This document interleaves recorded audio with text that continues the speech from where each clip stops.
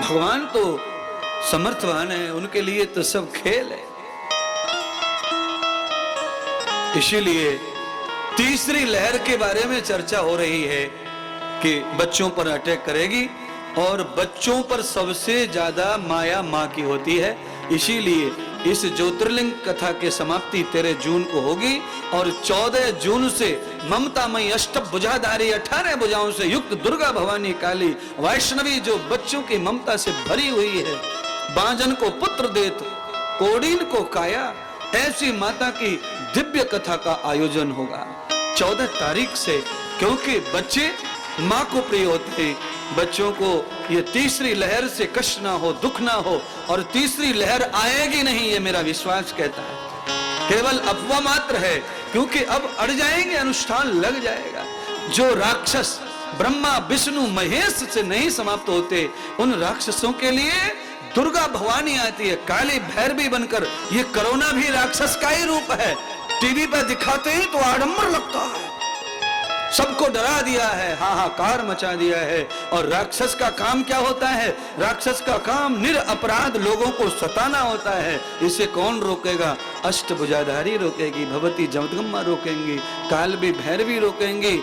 इसको वो रोकेगी जो इसका खून पी जाएगा।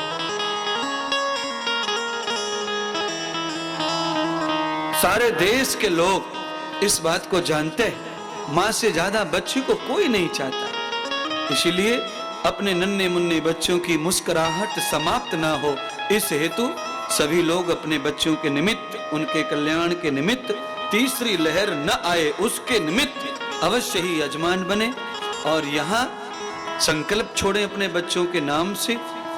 यहाँ दुर्गा सहस्त्र नाम का जाप और साथ में बच्चों के लिए भवानी दुर्गा का अभिषेक होगा और सभी बच्चों के कल्याणार्थ, उनकी सुरक्षा के अर्थ और कोरोना की तीसरी लहर कहीं भी ना आए देश में, विश्व में, उसके लिए देवी भागवत का अनुष्ठान आगे 14 जून से निरंतर चलता रहेगा।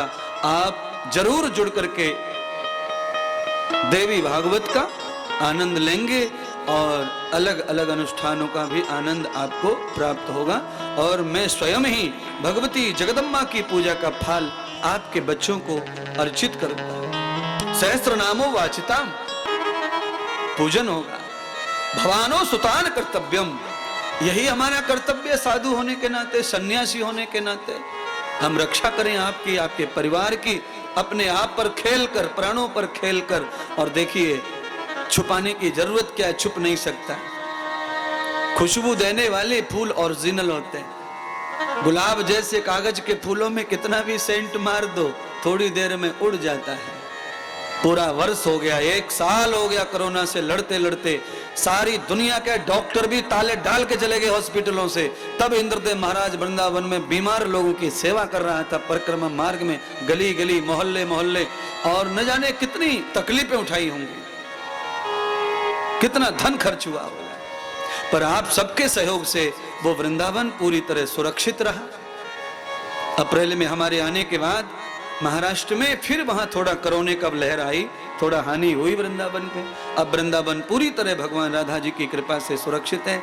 भगवान श्री राधा कृष्ण गोविंद भी ये चाहते हैं कि दुनिया ये न कहे कि अपने घर को बचाया और दूसरे के घर की रक्षा नहीं की। इसलिए भगवान ने वृंदावन में थोड़ा सा टेलर दिखाया कि भाई हमारे घर में भी आया, पापी यहाँ भी रहते हैं कुछ, ऐसा भगवान ने दिखा करके उसे मुक्त कर दिया। और भारत में सबसे पहले वृंदावन धाम खुला है। अब वृंदावन धाम में आगे के सभी नियोजन ये सेवा के साथ चलेंगे। आप सब लोग शीघ्र, अति शीघ्र अपना रजिस्ट्रेशन बच्चों के नाम से करवाइए, जिससे हमारे बच्चे नित्य सुरक्षित रहें। नंद बाबा ने लाला के नाम से जन्म लेते ही दान पुण्य करके बच्चे के जीवन को सुरक्षित करने की कथा से जोड़ा था। ऐसे ही हम सब जगत माता जगत जननी के चरणों की कथा श्रवण करेंगे, उनका अर्चन वंदन करेंगे। वही माँ हमें आंधी तूफान और बीमारी से बचाती है। आप जानते हैं चैत्र की नवरात्रियों में देवी की पूजा क्यों होती है? क्योंकि बीमारी आती है चैत्र में, सबसे ज्यादा वायरस आते हैं। आपको मालूम है कोरोना कब आया भारत में? मार्च में, चैत्र के महीने में आया राक्षस। सब लोग शादी ब्याहों में बिजी हो जाते हैं, मौज मस्ती में, और राक्षस घुस गया। देवी के नवरात्रे नहीं हुए, बढ़ता चला गया। इस साल भी देवी के नवरात्रे नहीं हुए, बढ़ता चला गया। देवान श्रुतम भूयस्य दर्शनम, बूंद खून धरती पर गिरने नहीं देती, बीज सहित मिटा देती है राक्षस को। भवानी दुर्गा, रक्त बीज कोई मार नहीं सकता था। एक बूंद में से 1 लाख राक्षस पैदा होते थे खून में, कैसे मारे? ब्रह्मा परेशान, विष्णु परेशान, सब परेशान हो गए। तब भवानी काली पैदा हो गई, लंबी धरती बना के जीभा से, धरती से भी बड़ी जीभ।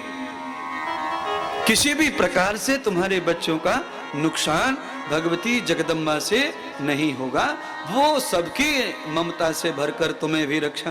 तीसरी लहर न आए उसका इंतजाम सोचते हुए हमारी भावना है, कितना सच कितना झूठ नहीं पता, पर भावना में अगर 100% ईमान है तो फिर हमारी कथा अनुष्ठान भी वही कहेंगे, वही करेंगे जो हम भावना से सोचते हैं। जगत माता वही करेंगी जो उनके भगत चाहते हैं, और कुछ नहीं होगा।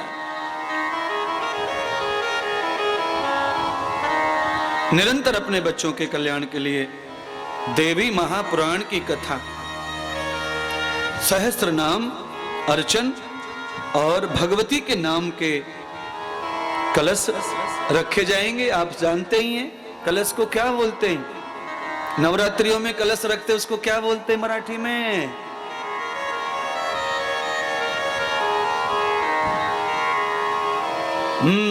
समझ लो, ज्योति ज्योति ज्योति जलेंगे, दीपक अखंड जलेंगे। आपके बच्चों के कल्याण के लिए अखंड दीपक जलेंगे, अनंत दीपक जलेंगे, और 9 दिवसीय देवी भागवत का अनुष्ठान होगा।